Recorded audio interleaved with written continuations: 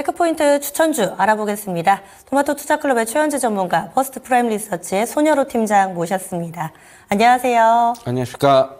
예. 안녕하십니까. 그러면 첫 번째 키워드부터 보겠습니다. 오늘 살펴볼 체크포인트 HBM입니다. 지금도 HBM은 상당히 또 시장에서 크게 각광받고 또 잠재력을 인정받는데요. 내년에는 판매 단가도 올라가고 또 전체 디램 매출의 상당 부분 30% 이상을 차지할 거다. 최현재 전문가님 준비해 주셨는데 조금 더 설명을 해 주시죠. AI 시장이 지금 최근에 급속도로 확대가 되면서 HBM 수요가 크게 늘어나고 있는데요.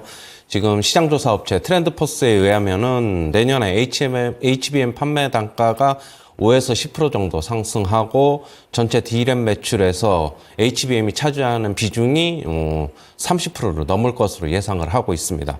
지금 HBM 판가는 기존 D램의 몇 배 지금 이상의 거래가 되고 있고요. DDR5의 약 5배에 지금 달하고 있습니다. 지금 공급업체들은 이미 내년 HBM 가격을 2분기에 5에서 10% 미리 인상을 했고요. 그래서 트렌드포스가 내년에 이제 판매 단가 5%에서 10% 정도 더 상승할 것이다라고 예상을 하고 있고요. 지금 올해 HBM 성장률은 지금 200%에 지금 육박하고 내년에도 배에 달할 것으로 예상을 하고 있어가지고 앞으로 HBM이 전체 D램에서 차지하는 매출 비중 30%가 지금 내년에 넘을 것으로 보고 있고, 그러면은 계속적으로 전체 D램 시장에서 HBM 수요가 크게 좀 증가할 것으로 일단 전망이 되고 있습니다. 관련주들은 역시 삼성전자, 하이닉스, 그다음에 소부장 주식들 중에서는 한미반도체, 그다음에 하나마이크론, 그다음에 이스페타시스 이 정도 좀 보시면 될 것 같고요. 최근 삼성전자, 하이닉스 주가가 상당히 좀 부진한데, 삼성전자도 그렇고 하이닉스도 그렇고 계속 어떻게 본다면 차트상으로 기술적으로 본다면 20일 이동평균선에서 좀 막혀 있어요. 그러나 최근에 이제 엔비디아 같은 경우에는 다시 이제 직전 고점을 또 테스트하러 가는 분위기고, 그렇기 때문에 결국에는 동조화가 나오지 않겠느냐. 오늘 그리고 이제 마이크론 테크놀로지 같은 경우에도 미국 시장에서 4% 이상 상승했기 때문에 우리나라 시장도 한번 기대해보자, 이렇게 정리해드리겠습니다. 네. 그래서 기술주들, HBM 관련된 종목군들 요즘은 좀 쉬어가는데 내년까지 큰 그림에서 바라볼 필요가 있다. 의견 주셨어요. 다음 두 번째 넘어가겠습니다. 두 번째로 워런 버핏이 이런 얘기를 했습니다. AI는 핵무기급이다. 램프에 들어가지 않는 요정이 될까봐 두렵다. 두렵다라는 표현까지 썼는데 어떤 자리에서 이런 얘기가 나온 건지, 또 여기에 영향을 받는 종목군들은 어떤 게 있는지 미증시의 반응까지 알아볼까요? 손 팀장님? 네, AI 소프트웨어 관련 종목을 좀 말씀을 드리려고 합니다. 이 워렌 버핏도 이야기를 했지만 저 역시도 이 AI 같은 경우는 우리나라 대기업이나 국내 해외 전방 기업들까지도 결코 포기할 수 없는 사업이다, 그렇게 판단을 하고 있고요. 이게 포기할 수 없는 사업이라고 한다는 것은 사실 엔비디아가 만들고 있는 GPU가 수천 달러, 수만 달러 하는 가격임에도 불구하고 2년치, 3년치가 잘 팔린다는 부분들, 그 다음에 이 엔비디아 AI 가속기에 들어가는 HBM3나 유리 기판 같은 경우들도 2년치, 3년치 수주가 이미 완판이 되었다는 사실, 그 다음에 이제 마이크론이나 SK하이닉스, 삼성전자 등 이런 메모리 반도체를 만들고 있는 기업들이 실적이 잘 나오고 있기 때문에 그 부분은 의심할 의지가 없다라고 판단됩니다. 하지만 앞에서도 우리 은별 앵커가 말씀하셨듯이 투자의 달인은 워렌 버핏이 이제 애플에 대한 비중을 줄이면서도 애플의 비중을 상당히 줄인 것은 맞습니다. 그 다음에 애플이나 마이크론 같은 다른 기술주들에 비해서는 애플이 상당히 조정을 겪었던 것은 맞고요. 하지만 기술적 지지라인은 이탈하지 않고 기술 반등이 나오면서, 그 다음에 호실적을 발표하면서 저번 주 금요일날 갭 상승한 다음에 오늘 같은 경우는 단기적인 차익실현 나오면서 그래도 안정적인 바닥을 잡는 모습입니다. 그 다음에 저는 사실 이 애플 관련했을 때 관련 종목들이 좀 기술적 반등과 단기적인 변동성이 나왔지만 일단은 단기적인 관점을 접근을 하고 그 이후에 애플과 관련된 AI 소프트웨어 관련 종목들이 강세를 보였을 때는, 실적을 확인했을 때는 그때 드라이빙을 걸어보는 게 좋을 것 같다. 그렇게 판단하고 있습니다. 우선 애플이 AI 소프트웨어 관련 종목들의 시세를 이끌어 줄 것이지만 그런 것들 실적 발표 때까지 조금 지켜봐야 되는 부분이 있기 때문에 그 다음에 5월 7일에 아이패드가 신제품을 공개를 하고 내년 10일인 연례 행사인 세계 개발자의 WWDC를 개최할 건데 이거에 대한 기대감이 이제 외국인과 기관 수급이 들어오고 있기 때문에 지켜봐야 된다. 그렇게 판단됩니다.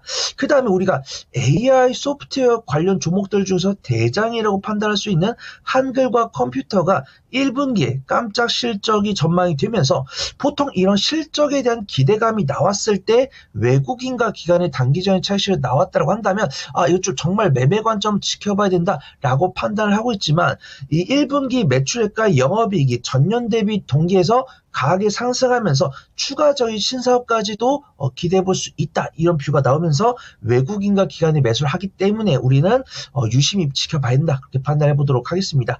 제가 이 관련해서 성장성을 보유한 탑픽은 제가 탑픽을 소개를 해드릴 거고요.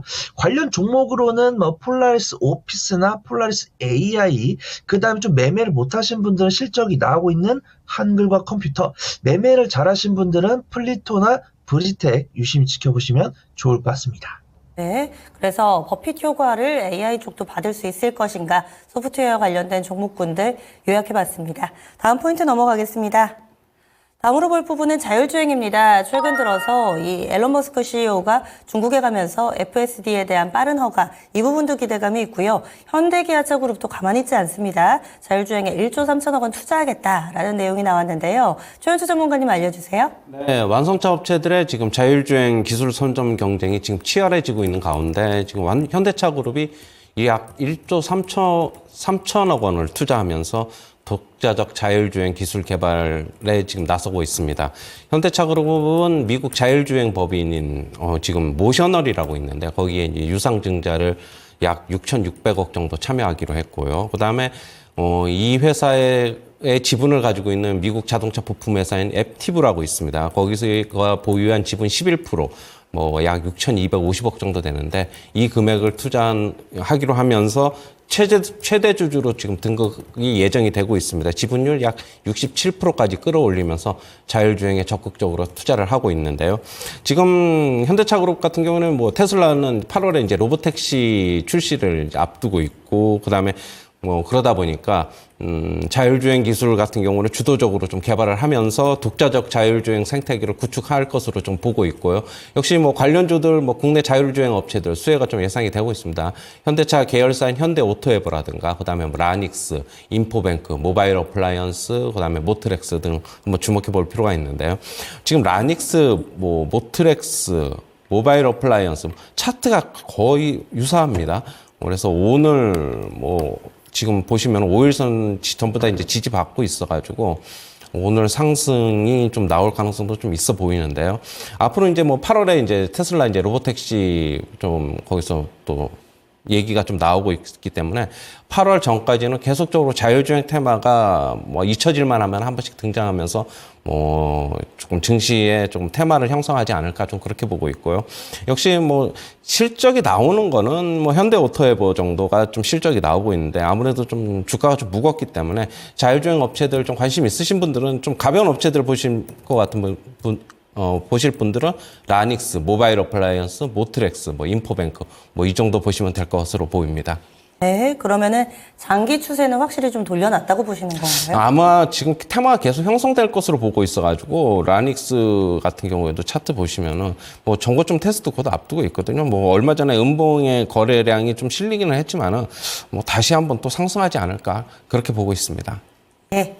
그래서 자율주행 테마도 한동안은 좀 더 이런 움직임이 이어질 것이다. 의견 나왔습니다. 마지막 키워드 넘어가겠습니다.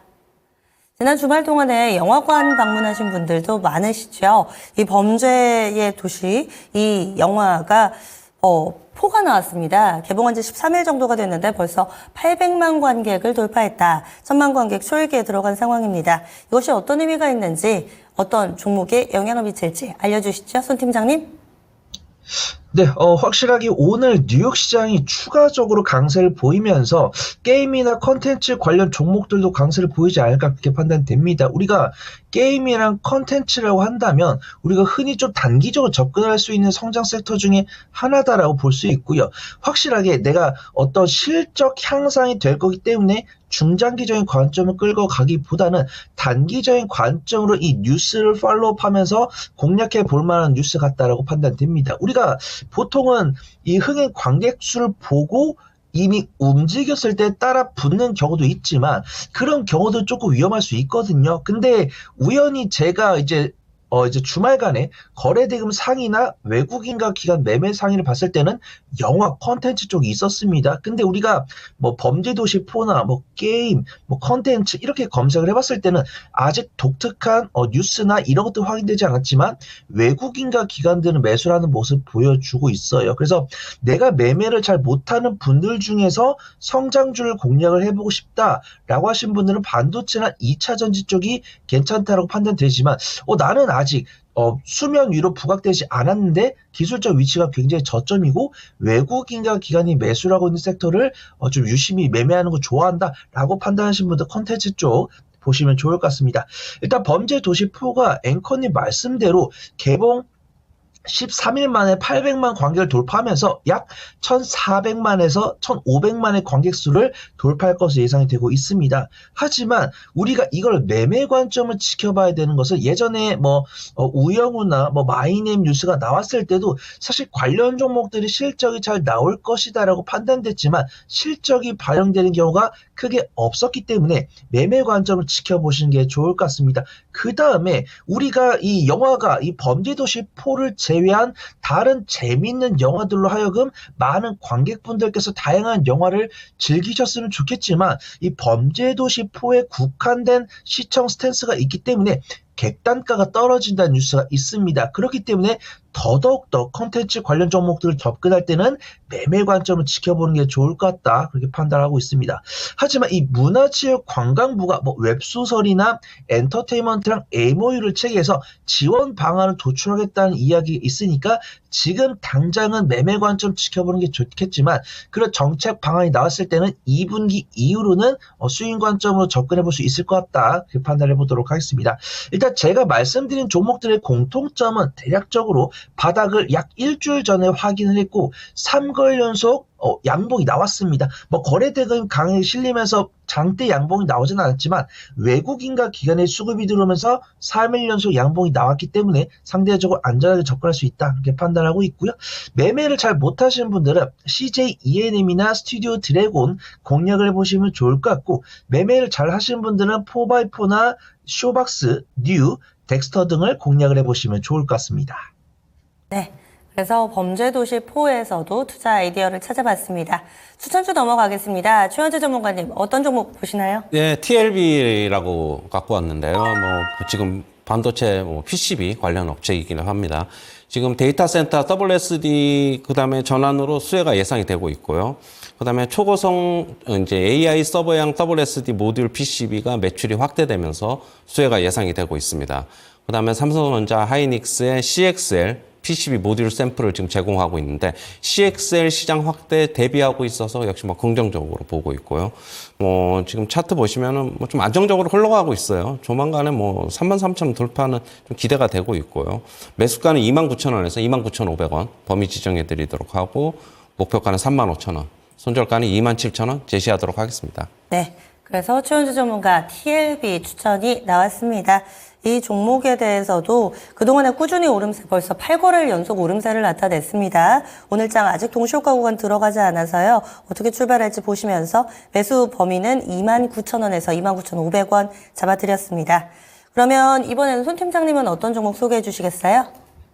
네, 제가 소개를 드릴 종목 이스트소프트라는 종목입니다. 제가 앞에서 AI 소프트웨어 관련 종목들을 말씀을 드렸는데 이 AI 소프트웨어 관련 종목들이 가계 상승을 했다라고 한다면 좀 뒤에 있는 종목, 후발 종목을 공략을 하는 게 맞겠지만 아직 AI 소프트웨어가 본격적인 상승이 안 나왔기 때문에 대장주부터 공략을 해보는 게 좋을 것 같습니다. 일단 대장주 중에서도 폴라리스 오피스나 폴라리스 AI가 이미 상승세를 보여줬기 때문에 그 뒤를 쫓아 257 종목은 이스트소프트다 그렇게 판단을 하고 있고요. 인터넷 소프트웨어 사업, 인터넷 포털 사업, 자산 운용업 등 다양한 사업을 영위를 하고 있습니다. 우리가 흔히 알고 있는 뭐 R툴즈나 뭐 이런 R 시리즈를 운영을 하고 있다 그렇게 보시면 좋을 것 같고요. 최근에 이제 우리가 줌 인터넷이랑 줌 닷컴 이런 것들 잘 모르시는 분들이 계십니다. 하지만 이 주식 투자하신 분들 이 맵을 보시잖아요. 우리가 시황 브리핑을 드릴 때 이제 시총 규모에 비례하게 네모칸을 만들고 상승과 하락에 따라서 파란불과 빨간불을 바꿔주면서 우리가 투자자들이 한눈에 어떤 섹터가 강세를 보여주고 있구나 이런 것들을 알 수 있는 투자 맵을 가장 먼저 만든 회사가 줌 인터넷이고 줌 인터넷의 모회사가 이스트소프트다. 그래서 말씀을 드리도록 하겠습니다. 최근에 2021년까지는 흑자를 기록을 했는데 2022년과 2023년 연간 실적을 적자를 기록을 하면서 많은 투자분들께서 걱정을 하고 계신데요. 다행히도 2015년에 경영 일선에서 물러났던 김장중 이스트소프트 창업주가 이스트게임즈로 복귀를 하면서 책임 경영을 강화하고 실적 부진을 겪는 계열사의 경영 정상화를 도모하겠다고 발표를 했습니다. 그 다음에 증권사 리포트도 나왔는데요. 이 줌 인터넷이 이스트 에이드로 사명을 변경하면서 AI 사업에 대한 사업 다각화를 진행을 하고 그 다음에 책임 경영과 실적 개선에 박차를 가하기 위해서 각자 대표 이사에서 단독 경영체제로 전환한다. 이런 리포트가 나왔습니다. 증권사 리포트가 나오면서 기술적 위치를 보더라도 거래 대금이 저번 주 금요일에 실리는 모습이었고요. 21선을 돌파하면서 안착하는 모습인데 이걸 연속 외국인과 기관의 강한 순매수가 들어왔기 때문에 오늘처럼 성장주 섹터에 대한 투심이 괜찮을 때 AI 소프트웨어 중에서도 이스트소프트가 단기 수익 관점으로 빠르게 상승하지 않을까 판단해 보도록 하겠습니다.